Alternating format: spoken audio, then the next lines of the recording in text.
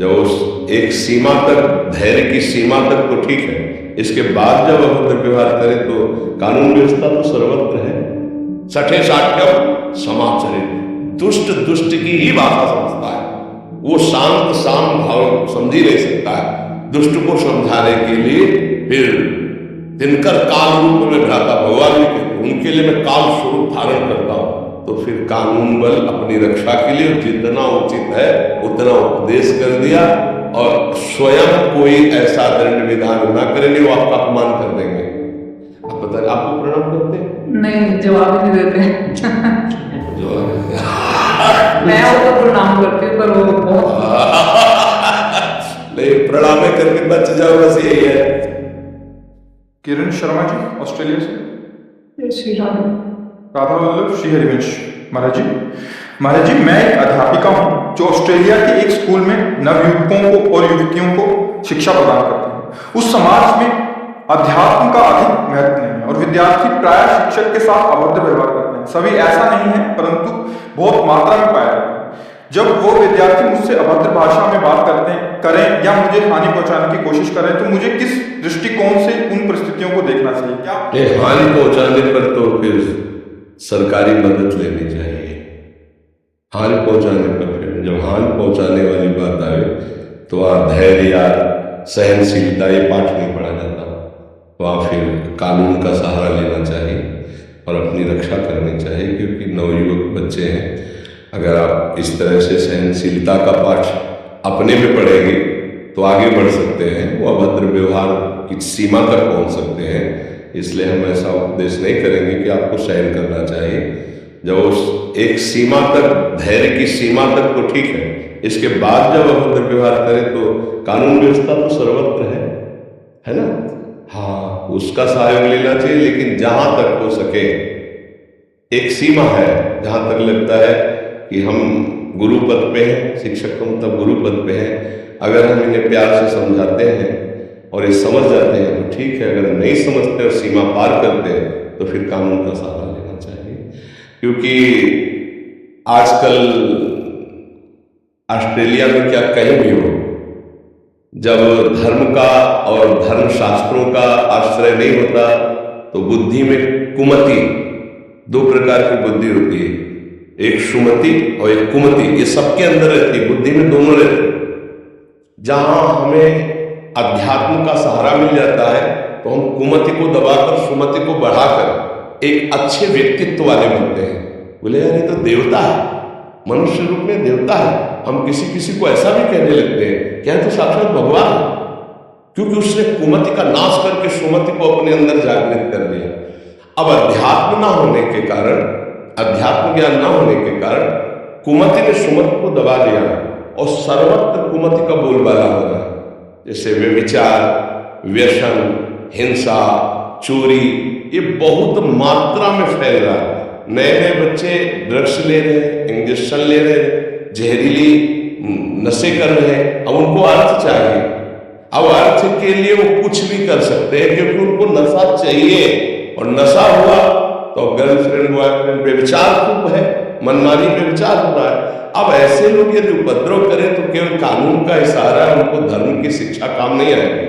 वो नहीं समझेंगे तुम्हारे धर्म को और तुम्हारे धर्म की बात को, क्योंकि कुमति अब अपने रंग में है।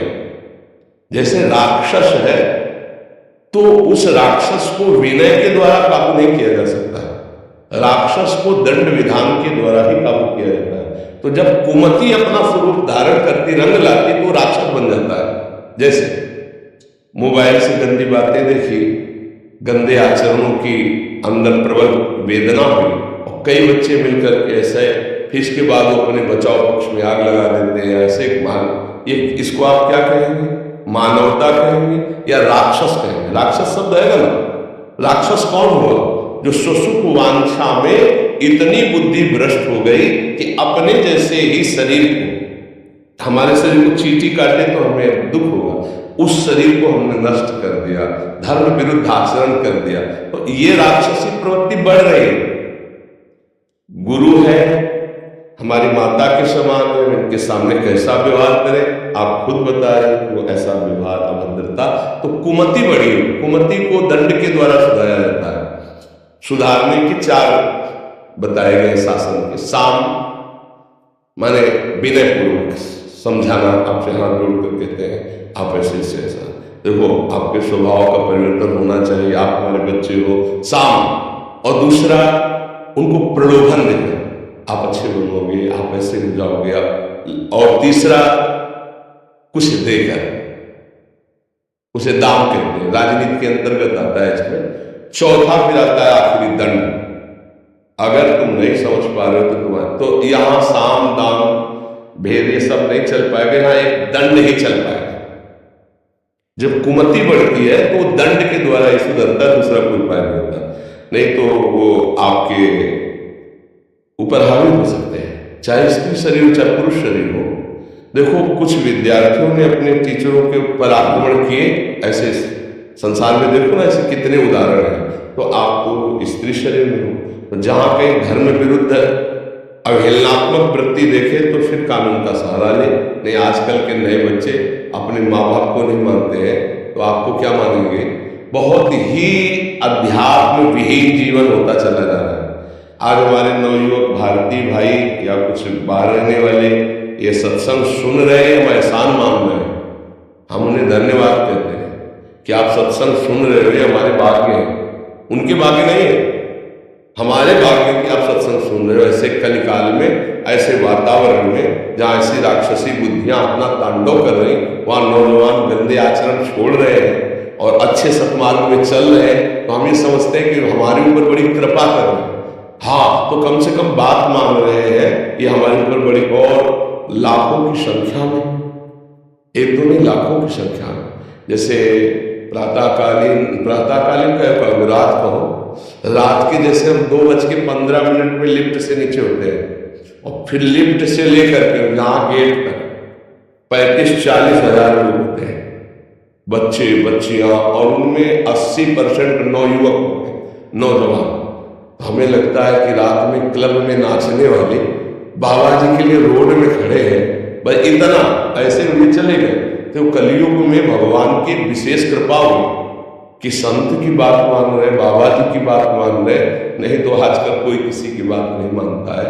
तो अब इतनी तप बल कि आपकी बात का प्रभाव पड़े, ऐसा तो है नहीं, क्योंकि आप गृहस्थ में हैं।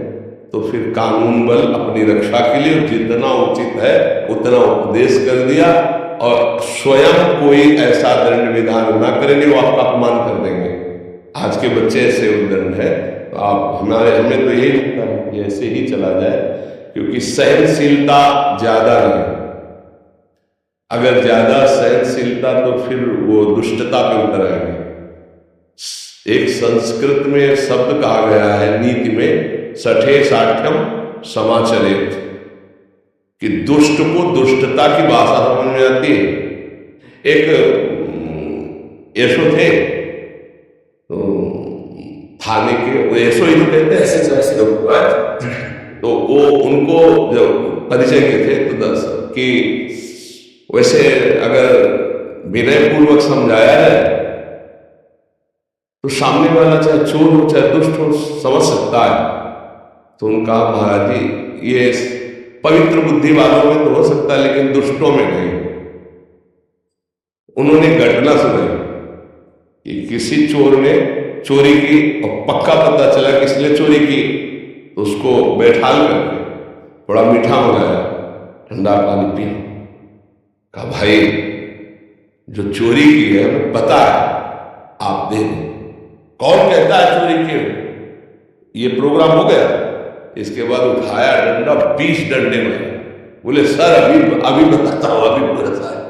तो उनका ऐसों के लिए मिठाई और पानी और हाथ जोड़ना, सठे साठ्यम समाचरित, दुष्ट दुष्ट की ही भाषा समझता है, वो शांत शाम भाव समझ ही नहीं सकता है।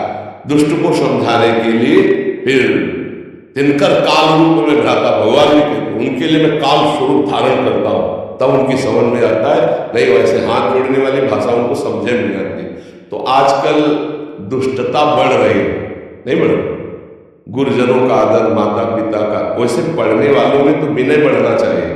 विद्या विनय ददाति, विद्वान या विद्या संपन्न को तो विनय लेकिन आज की पता नहीं कैसी विद्या है कि वो उद्दंड बना रहे हैं, नहीं बना रहे हैं।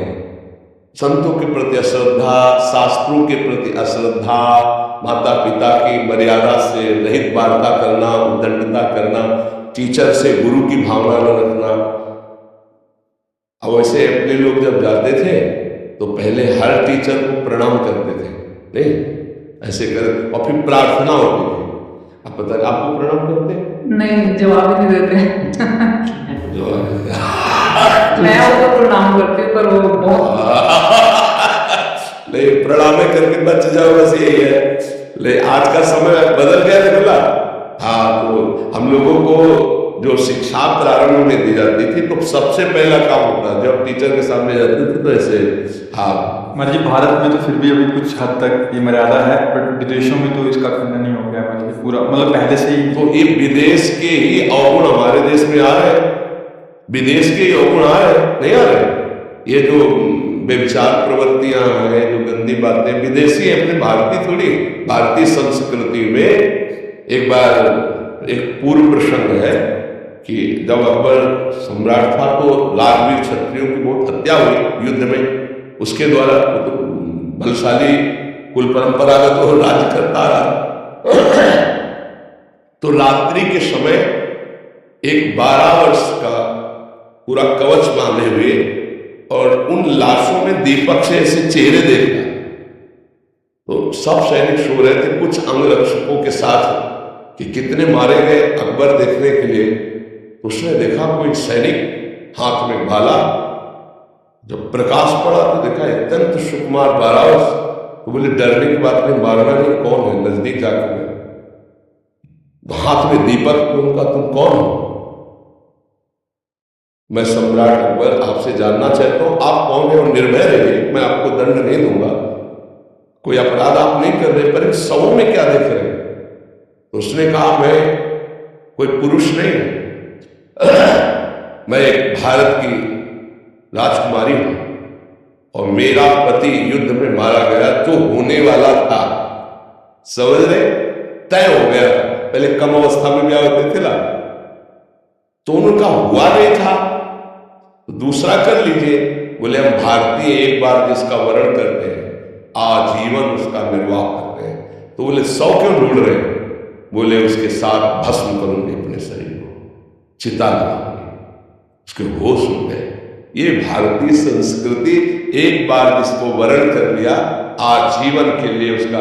सत्यवान को जब वर्ण किया सावित्री जी ने, तो नारद जी ने बताया बहुत गलत कर लिया, 1 वर्ष में मर जाएगा। तो उनका 1 वर्ष तो बहुत होते, जिसको हमने वर्ण किया, एक दिन भी अगर वो हमारे साथ रहेंगे तो आजीवन उसी स्मृति में हम निकाल देंगे। और उसी पातिव्रत ले यमराज से छुड़ा लिया सत्यवान को, अपने चरित्र को सुला। ये हमारा भारत देश है, ये हमारे भारत की संस्कृति है। ये नहीं कि 4 दिन उससे बॉयफ्रेंड बने और फिर बेकअप, फिर दूसरा, फिर ब्रेकअप, ऐसे फिर तीसरा। अब देखो ये क्या है, चरित्रहीनता है ना। ये कहां से आया? बाहर से आया ना, अपने देश का है। हमारे समय जब हम स्कूल में पढ़ते थे शब्द नहीं था, बॉयफ्रेंड गर्लफ्रेंड शब्द नहीं था। ये अभी जब से मोबाइल चला होगा तभी से चला होगा, हमें लगता है। हाँ, ये बात तुम्हारी हम ज्यादा पॉइंट देते कि हम लोग एक ही स्कूल में पढ़े, बच्चियां बच्चे थे, कबड्डी खेलते थे। 10, 12, 13, 14 वर्ष की अवस्था वाले बच्चों में दोष ही नहीं था। हाँ, ये तुम्हारी खास बात रही, तो जानते लेते। आज 12, 13 वर्ष का बच्चा पूरा संसार का पंडित है, पूरी बात जानकारी उसको है। ये बात है कि जानकारी लेती। तो इसीलिए आप अपने मर्यादा की रक्षा करते हुए धैर्यपूर्वक नौकरी का निर्वाह करें। बच्चों का जितना सुधार करने की आप चेष्टा कर सकते हैं उतना कीजिए, अपने को बचा के, और आप खुद भगवान नाम स्मरण में लगिए। वो जीवन यापन के लिए, लेकिन जीवन प्रभु के लिए है। आप प्रभु का नाम जप कीजिए, और जब आपको ऐसा लगे कि अब हमारे जीवन की यात्रा के लिए पर्याप्त धन हो गया, तो अब किसी भगवान के धाम का आश्रय लेकर मदद कर जीवन पूरा कीजिए।